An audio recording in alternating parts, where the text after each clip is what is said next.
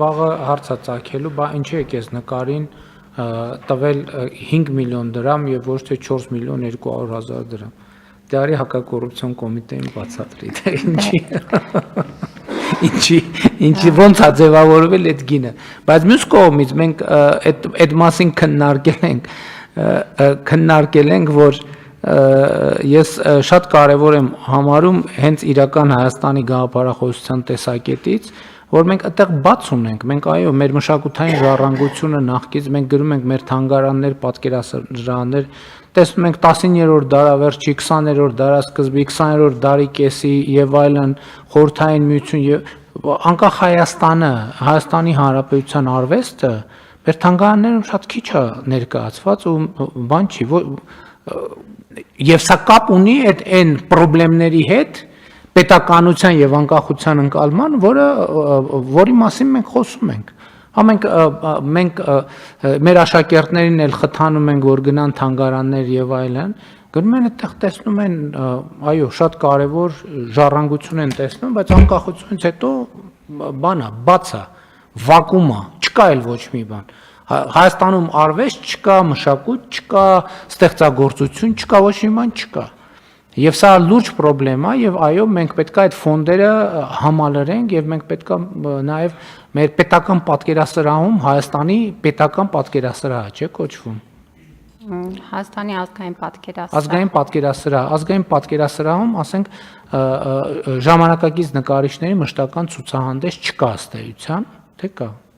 Որոշ գործեր ցուցադրված են այս շրջանակներում էլ ձեռք են բերվել, պարոն վարչապետ, մենք ապրիլին նախատեսում ենք, որ կբացենք պատկերասրահի բոլոր հարկերը ամբողջությամբ եւ այդտեղ արդեն ավելի ամբողջական կցուցադրենք, բայց ընդհանուր առմամբ նաեւ ցուցադրության տարածքների լուրջ խնդիր ունենք, որովհետեւ բավականին ֆոնդերում նաեւ կարեւոր ուրեմն գործեր կան, որոնք հնարավոր չի լինում մշտական ցուցադրել եւ ժամանակավոր ցուցադրությունների միջոցով պարբերաբար ցուցադրվում են։ Ձեր ասած խնդիրը իհարկե կա Հավաքածուն պետք է համալրել, դրան պետք է առանձին ուշադրություն դարձնել եւ կարծում եմ, որ ներկայումս այս վերաբացվող ցուցադրությունը պատկերասրահի այդ տրամաբանության մեջ է։ Եվ այո, մենք պետք է առաջինը որպես մշակութային ժառանգություն, որպես մեր մշակութային ժառանգություն այսօր դա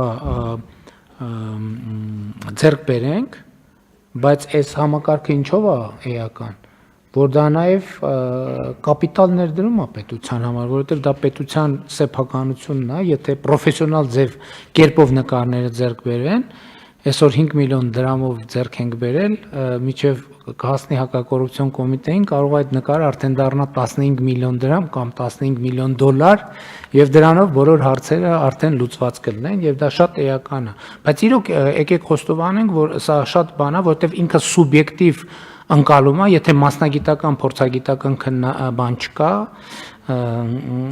գնահատական չկա, ոչ պրոֆեսիոնալի համար շատ բարդ է նույնիսկ կանխատեսել, թե ինչ տեղի կունենա այդ նկարի գնի իր հետագա ճակատագիրը ինչպիսին կլինի, այնպես որ շատ կարևոր է, բայց եկեք մի բան պայմանավորվենք, օրենքը ընդունենք, սկսի գործել, որ ժամանակ անց վերադառնանք տեսնենք ես մեր խոսացածը արտահայտվեց, թե չարտահայտվեց։ Եթե չի արտահայտվում, ուրեմն պիտի վերադառնանք նախագծին, ուրեմն էլի մեջ ինչ-որ մի բան չենք նախատեսել, մեջ ինչ-որ մի բան չենք ձևակերպել, որպեսզի մեր նպատակին հասնենք ի վերջո։ Իսկ նպատակը ոչ թե օրենքի ընդունումն է, այլ այն բովանդակային մասը, որի մասին խոսեցինք, իրականության մեջ տեսնելը։